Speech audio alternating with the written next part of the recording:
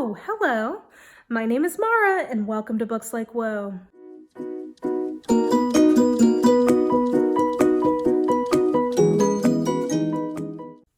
Okay, guys, I am embarking on a project, and that project is that you guys know, if you watch this channel, you know I like audiobooks a lot. You also know that I really like romances, but one genre that I have never been able to deal with in audio is romance.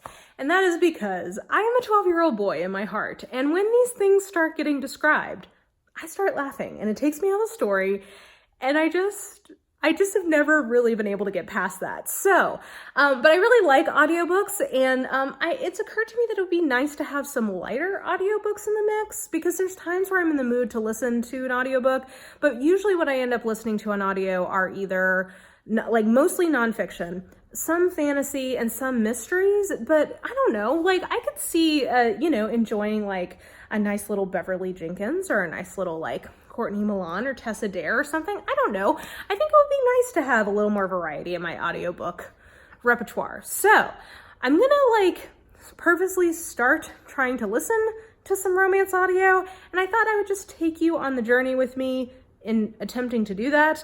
I'm also thinking I might try the Audible romance subscription package that they have. So I may throw that in. We'll see how things progress, but I'm gonna give it a try. Wish me luck. But I am sick. I am in bed. I have been in the middle of a really fun episode of anxiety the last couple of weeks. That's been excellent. But one of the things I've been doing to try to combat that state of affairs is that I have been diving into my experiment trying to like romance audio. And I thought I would start with some of the Read Me Romance podcasts. So that's a podcast that Tessa Bailey and Alexa Riley run. And it's free, little short, smutty romance novels that I like to read, for funsies sometimes. And I'm going to say maybe not the best strategy, because they are very smutty. And I'm assuming I will discuss with you guys again, part of my problem with romance novels for audio is that I cannot handle listening to somebody read me smut. Especially if the smut is recurring and it's a main part of what's going on in the story, because listening to people talking about thrusting, I can't even give you an example because it just makes me laugh so hard, but just talking about wet kitty cats and hard swords, trying not to get demonetized here. It's just a lot to listen to somebody describe that unironically, and I cannot help but laugh. So I listened to a couple of the Alexa Riley ones, and I got into it, but it was it did make me laugh. I was listening to them as a way to laugh and lighten my mood. The only one on that podcast that I have read and listened to and didn't just purely laugh was The Midnight Bride by Wilde. And that's because I quite like that series. I think the writing's a little bit better. It still is pretty funny. I think that oh God, there was a line about how lucky he is to have a wife who's as wet as the ocean and something else. And I was like, oh my gosh, also in this book, I shit you not, one of the main things that happens, a main plot point, is that to escape from him, she puts this drug in her kitty cat, because he told her that the proper way for a husband to wake his wife is essentially with his head between her thighs. And so she does that, and he knows that that's what she's done, but he doesn't care. That's how bad he wants to administer that act. And what nonsense is this? But I loved it. It's so funny. I just love that her barbarian romances, the heroes are just their greatest gift in life, the best way for them to end or start their day is going down on their woman. I don't think that's very historically accurate, but it is highly amusing, and I love that that was a plot point, that she literally drugged him with her kitty cat. Wow, that was intense. All that to say, I would tell you that I think so far that's been the most successful audiobook outing I've had with romance so far. I wouldn't say that it was like completely giggle free, but it was closer, and I definitely got more into that one. So we'll see. I'm gonna continue to explore. We'll see if I find ones that work a little bit better for me.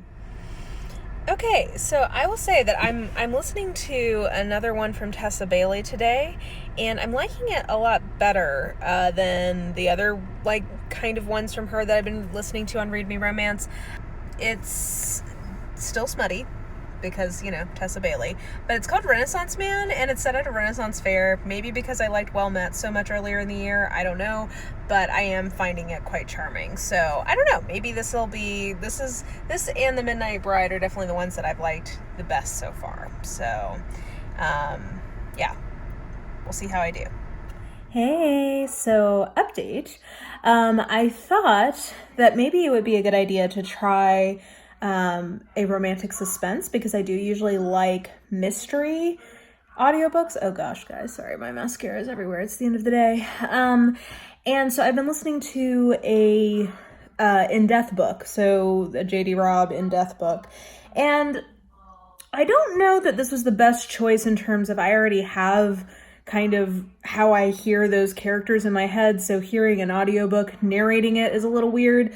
But I think in principle, the romantic suspense subgenre seems like it's promising in terms of being a good audio pick for me in romance. So I'm going to keep going. Again, I don't know that I would do this again, or it's not my preferred in-depth consumption method, but I may try a different romantic suspense. We'll see if that works. Okay. Hey guys, I just realized I've not been doing a good job updating you. So I did finish the In Death book that I had tried on audio, and I actually really quite liked the audio by the time I got to the end, and I'm actually pretty bummed that I didn't try this earlier on in the series, because I think in all the circumstances where I would normally have to go to the library to get the next installment, I probably should have just been getting the audio from Scribd. Yeah, it would have saved me having to like wait on things. I don't know. Anyway, live and learn. But all that to say, I don't know that I would want it to be my only experience of the In Death books, and I'm glad that I had like my own ideas about the characters earlier on, because I don't always love some of the interpretation of the narrator, but in general, I quite liked it. And it's interesting because Nora Roberts / J.D. Robb, her sex scenes tend to be very 90s, so they tend to be very flowery and like abstract. They're not as like descriptive. They're not as like, there's not a lot of like descriptions of throbbing members or like thrusting or whatever. So it's a little less intrusive.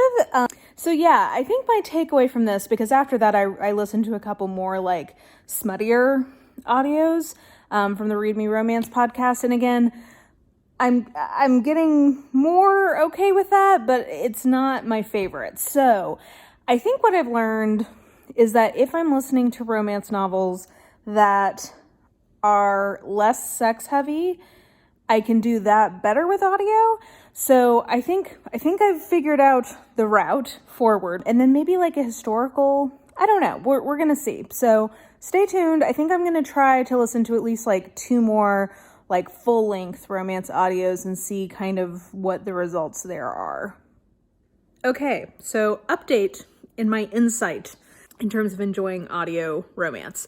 I was just listening to an Alexa Riley audiobook, and something that I think I've been able to like name is that I don't think I like it when there are dual narrators, so when there is a female narrator for the female protagonist's voice and then a male narrator for the male protagonist voice.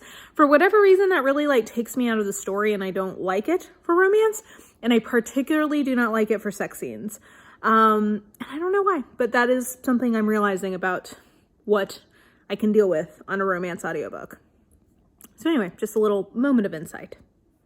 Hey guys, so we are on the last book that I am undertaking as the concluding piece of evidence in my search to kind of understand why I've struggled with audiobooks for romance, and that is The Governess Game by Tessa Dare. So far, I am liking this, but not loving it.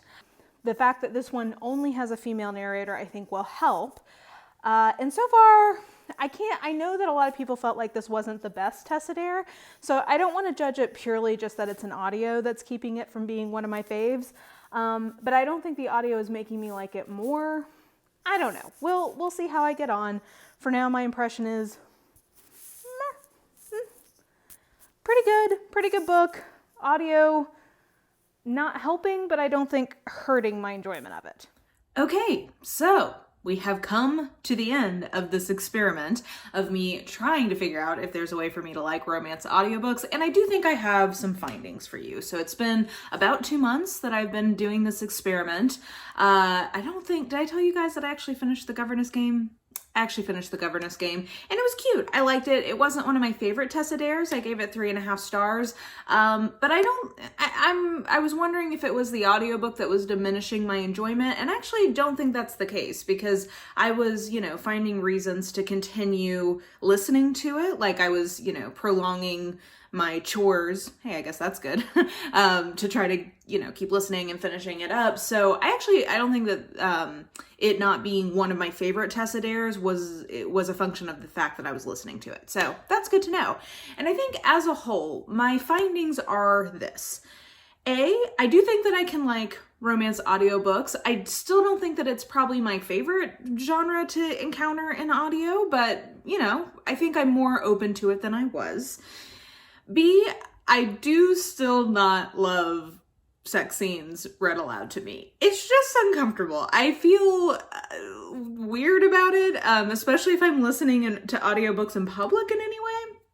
But I do think that I have discovered that I can have kind of a mood for that, like for like smuttier things to be read aloud to me, and it's a playful mood. It's a mood where like I'm looking for something lighthearted and kind of something to like tee-hee-hee about. So I think I've opened my mind to the idea that I can have moods where the idea of listening to somebody read that to me is more appealing than I thought. So I don't know. I guess all that to say, I think I've overcome my phobia is probably too strong, but like I'm not as opposed to listening to something that might make me laugh a little bit. I think I just kind of can pick my mood a little bit better for it.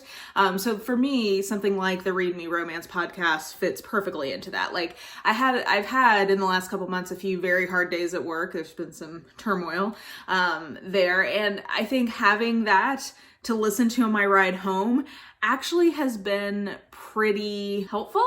Like it's kind of lightened the mood. It's made me laugh a little bit. So I think, I actually kind of see a place for something like that in my overall reading diet. So I think just in terms of like overall kind of findings, in terms of like, can I like it? The answer is yes. Now, a couple of more specific criteria that I think I've unearthed in terms of my preferences. One, if it's going to be a straight up romance, I actually very much prefer it to be read at a faster speed than normal. So I can deal with the 2x speed, but honestly, I was enjoying it even more for ones where I could speed it up to 2.5. And I could really only do that on the ones that were in a podcast form. So anyway, that's just a weird side note that I like it even faster in romance. I think I'm really honestly not sure why, but it just sort of, maybe it washes over me a little bit more and doesn't like linger. I have no idea. So there's that. Number 2, I do think that I've discovered that I very much prefer a single narrator, like a single female narrator in my romance audiobooks. I'm not wild about the male point of view coming in.